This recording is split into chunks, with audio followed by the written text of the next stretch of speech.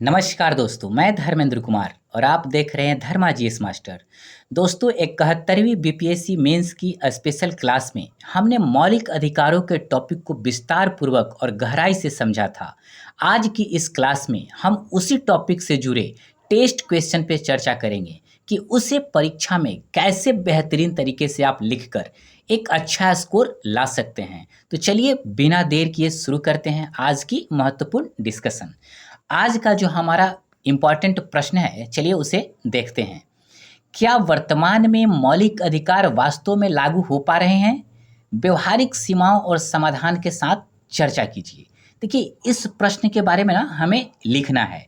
अब देखिए, यह प्रश्न पूछना क्या चाह रहा है।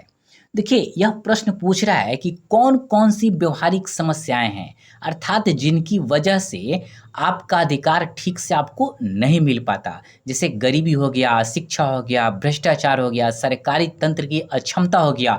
और फिर इसके लिए क्या उपाय किए जा सकते हैं जिससे ये अधिकार जमीन पर लागू हो और हर नागरिक को मिले।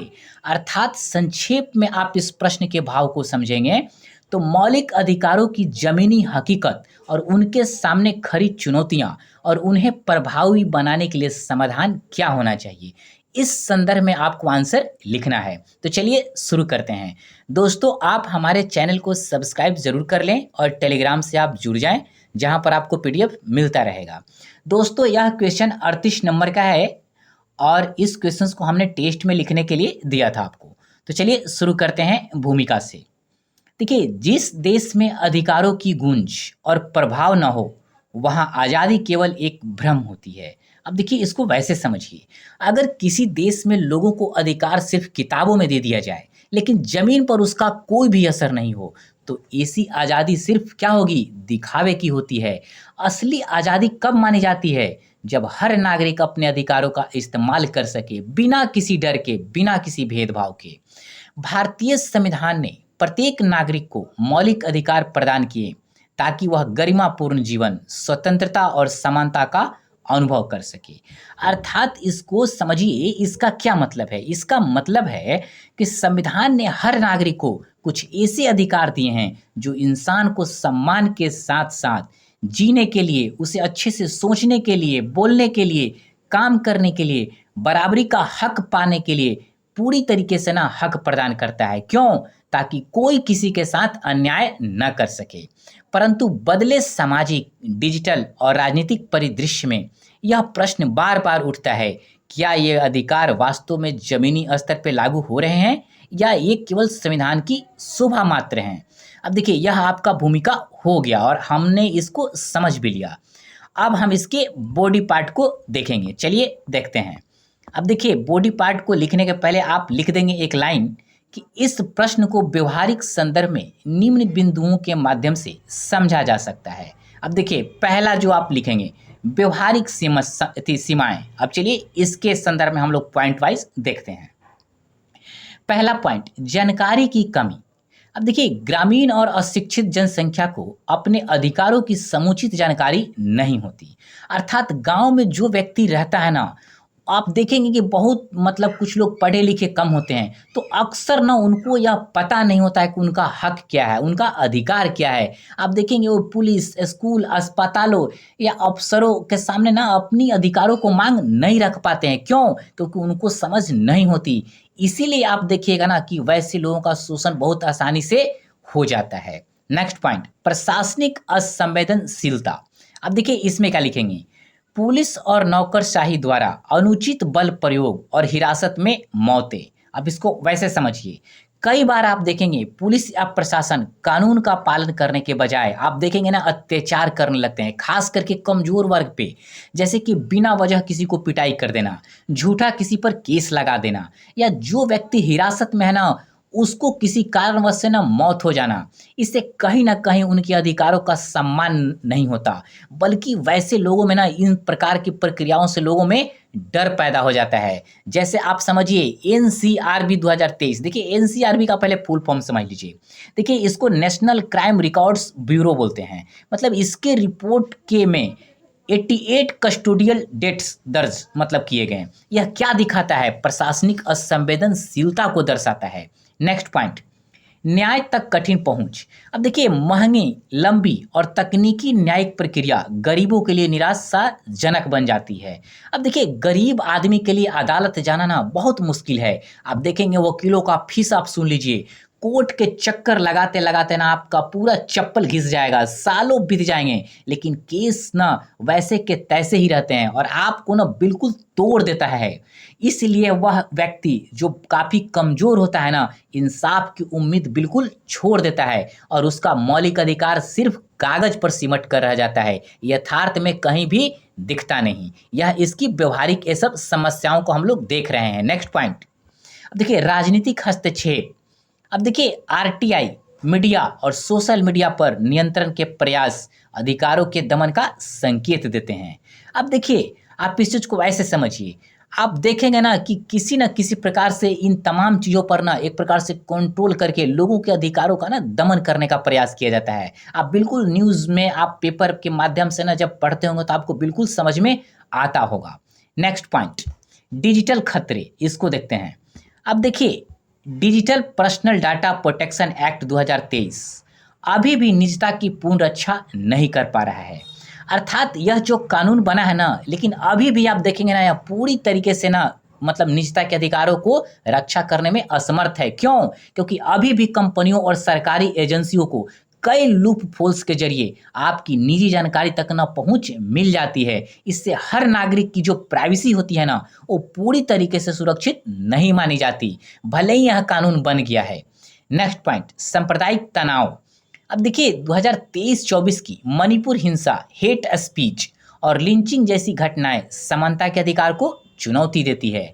अब इसको आप ऐसे समझिए, कैसे यह चुनौती देती है? जब किसी समुदाय को ना केवल उसकी जाति, धर्म या पहचान के आधार पर हिंसा का शिकार बनाया जाता है, तो यह हमारे संविधान के किस अधिकार का उल्लंघन करता है? राइट टू इक्विलिटी अर्थात समानता के अधिकार का सीधा उल्लंघन होता है। मणिपुर में हुई हिंसा को देख लीजिए, सोशल मीडिया पर आप नफरत भरी बातें को देख लीजिए जिसको हेट स्पीच से हम समझते हैं, और मॉब लिंचिंग जैसी घटनाएं क्या बताती है कि अभी भी सभी को बराबरी का हक नहीं मिल रहा है। जब हम लोग व्यवहारिक सीमाएं को देख लेंगे तो कुछ सकारात्मक पहल को देखेंगे, क्योंकि आंसर में एक बेहतर अंक प्राप्त करने के लिए सारे डायमेंशन को देखना बहुत जरूरी है। सकारात्मक पहल के बाद हम लोग नेक्स्ट डायमेंशन देखेंगे। तो चलिए सकारात्मक पहल को देखते हैं।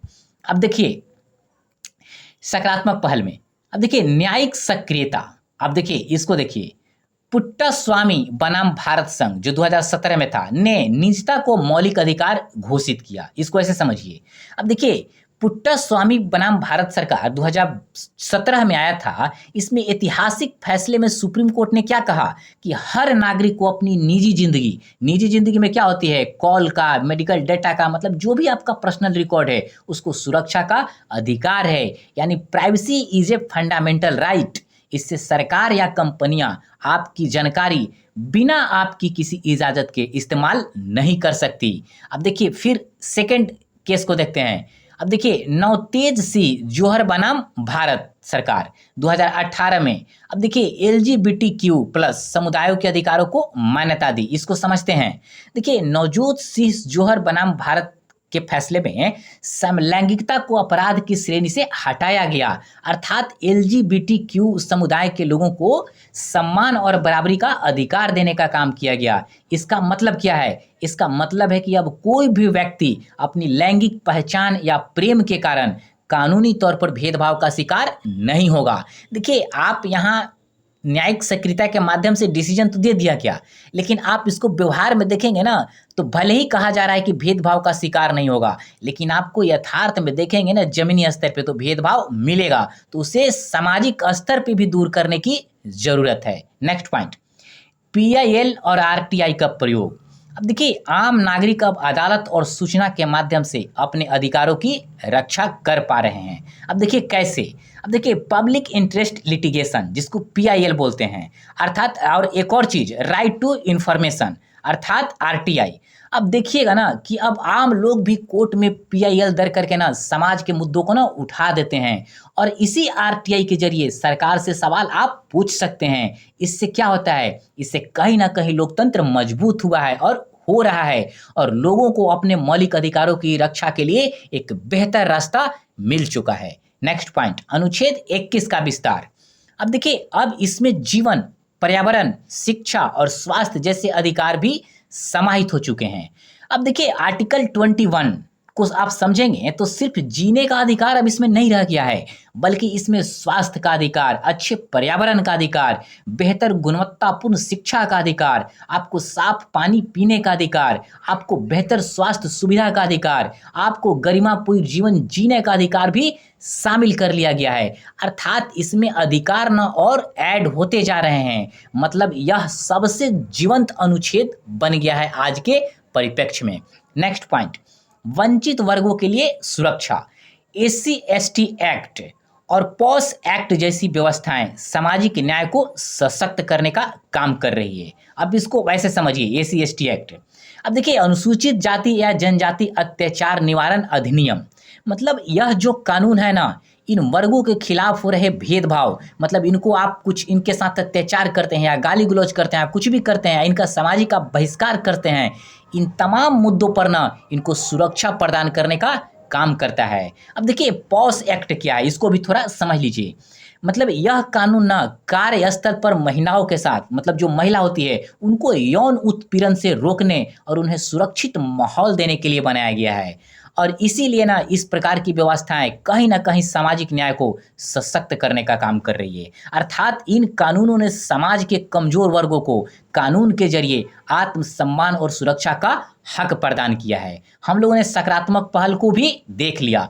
अब हम लोग जो व्यवहारिक समस्याएं देखे थे, अब उसको ना मतलब सकारात्मक पहल देखने के बाद अब हम लोग समाधान के दृष्टिकोण से देखेंगे इस आंसर को। तो चलिए शुरू करते हैं। अब देखिए, पहला पॉइंट। अब देखिए, पहला पॉइंट क्या होगा, सर्व सुलभ जागरूकता। अब देखिए, विद्यालयों, पंचायतों और सोशल मीडिया के माध्यम से अधिकारों की जानकारी का अभियान चलाना चाहिए या चलाया जाना जाए। अब देखिए, अगर हर नागरिक को यह बता देंगे कि उसका मौलिक अधिकार क्या है, तो वह शोषण के खिलाफ अपना आवाज उठा सकेगा। इसीलिए कहा जाता है कि गांव-गांव जाकर, स्कूलों के माध्यम से, ऑनलाइन प्लेटफॉर्म के माध्यम से, चाहे किसी भी तरीके से आप जानकारी देने का अभियान चलाइए और यह बहुत ही जरूरी है जागरूकता फैलाने के लिए। नेक्स्ट पॉइंट, प्रशासनिक सुधार। अब देखिए, उत्तरदायी प्रशासन, मानवाधिकार आयोग की सक्रियता और पुलिस में जवाबदेही सुनिश्चित की जाए। अर्थात प्रशासन जैसे अफसर या पुलिस हो गए, यह तभी जिम्मेदार बनेंगे जब इनकी कार्यशैली पारदर्शी होगी और यह जनता को जवाब दें। अर्थात मानवाधिकार आयोग को और अधिक सक्रिय बनकर या उनको बनाकर हर शिकायत का ना समय पे हल निकालने का प्रयास करना होगा। तभी मतलब एक प्रकार से ना प्रशासनिक स्तर पे बेहतर सुधार देखने को मिलेगा। थर्ड पॉइंट, न्यायिक पहुंच। अब देखिए, फास्ट ट्रैक कोर्ट्स। अब देखिए, लीगल एड सर्विस, ई कोर्ट्स को बढ़ावा देना चाहिए। अब देखिए कैसे, इसको थोड़ा सा समझते हैं। अब देखिए, फास्ट ट्रैक कोर्ट क्या करेगा, जल्दी फैसले देने वाली विशेष अदालत होती है, इस चीज को समझिएगा। अब देखिए, लीगल एड सर्विसेज ये क्या है, गरीबों के लिए मुफ्त कानूनी सहायता प्रदान करना। ई कोर्ट्स के माध्यम से क्या होगा, देखिए ऑनलाइन अदालतें जहां केस और सुनवाई ना डिजिटल माध्यम से की जाती है। कहने का तात्पर्य है कि इन तीनों उपायों से हर नागरिक, खास करके गरीब लोग और दूर दराज के लोग न्याय तक जल्दी और सस्ती पहुंच बना सकते हैं। मतलब उनको ना जल्दी न्याय मिल पाएगा, सस्ता न्याय मिल पाएगा। तब उनको ना एक प्रकार से उनको अपने अधिकारों तक पहुंच अच्छे से अर्थात बेहतर रूप से बन पाएगी। नेक्स्ट पॉइंट, डिजिटल सुरक्षा। इसको समझते हैं। निजता कानूनों को अधिक मजबूत, पारदर्शी और नागरिक केंद्रित बनाया जाए। अर्थात आज के डिजिटल ज़माने में आपकी जानकारी, जैसे कि आप कोई चीज़ बैंक का या कोई भी काम करते हैं ना, जैसे ओटीपी हो गया, चाहे आपका लोकेशन हो गया, चाहे आपका बैंक जो मतलब डाटा हो गया, यह बहुत कीमती है, तो इसकी सुरक्षा होनी चाहिए। अर्थात इसलिए कानूनों को आप ऐसा बनाएं कि नागरिकों के सहमति के बिना, मतलब आपकी बिना किसी सहमति के आपका कोई भी डाटा न ले सके और आपको कोई भी नुकसान न पहुंचा सके। अब चलिए हम लोग नेक्स्ट पॉइंट को देखेंगे, लोकतांत्रिक संस्कृति का विकास। अब देखिए, नागरिकों को न केवल अधिकार बल्कि कर्तव्यों के प्रति भी संवेदनशील बनाना होगा। अब देखिए, इसको समझते हैं कैसे। देखिए, अधिकार के साथ साथ अगर हम अपने कर्तव्य को भी जान जाएंगे या कर्तव्य को भी निभाने लगेंगे, जैसे दूसरे को अधिकारों का सम्मान करना कानून को मानना और सही तरीके से चीज़ों को ना एक प्रकार से पेश करना, तब जाके ना आपका एक प्रकार से बेहतर तरीके से सामंजस्य बैठा पाएंगे। अर्थात एक जागरूक नागरिक वह होता है जो अधिकारों के साथ साथ अपनी जिम्मेदारियों का भी सही तरीके से निर्वहन करे। दोस्तों, हम लोगों ने आंसर के बॉडी पार्ट को काफ़ी अच्छे से देख लिया है। अब हम लोग इसका एक निष्कर्ष देखेंगे, बेस्ट निष्कर्ष, क्योंकि बिना बेहतर निष्कर्ष के ना आंसर अधूरा होता है। तो चलिए देखते हैं। निष्कर्षतः मौलिक अधिकार भारतीय लोकतंत्र की आत्मा है। इन्हें केवल संविधान की पुस्तकों तक सीमित रखना एक त्रासदी होगी। अर्थात अगर हम सिर्फ किताबों में अधिकार को पढ़ेंगे या देखेंगे या सुनेंगे तो असल जिंदगी में यदि इसका पालन न हो तो वह केवल एक दुखद स्थिति के रूप में सामने होगी। अर्थात अधिकारों को जमीन पर उतारना ही लोकतंत्र की असली सफलता का राज है।